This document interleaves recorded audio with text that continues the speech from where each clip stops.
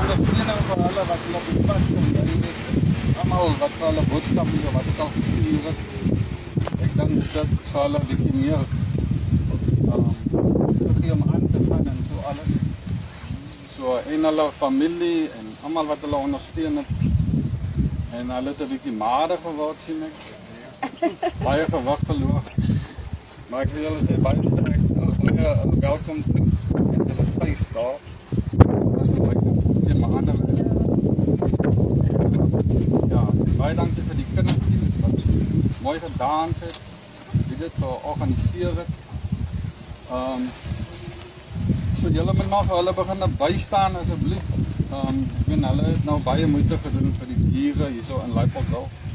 Ek is self baie lief vir diere. So julle moet maar vir hulle probeer ondersteun en kyk na julle diere, wat ook al enige hulp wat julle soek, moet julle maar by hulle kom aanklop. En so as ons maar net sê baie welkom terug. Julle twee is die belangrikste mense hier vandag. Ja. En so, maar baie sterkte vorentoe wat ook julle gaan doen.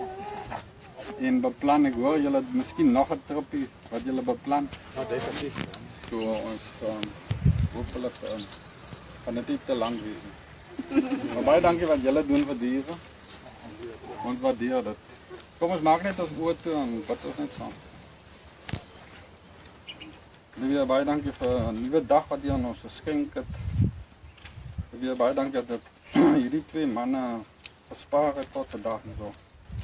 Waar hulle oor die 1000 kilometer geloop het en dit vir diere om geld in te samel.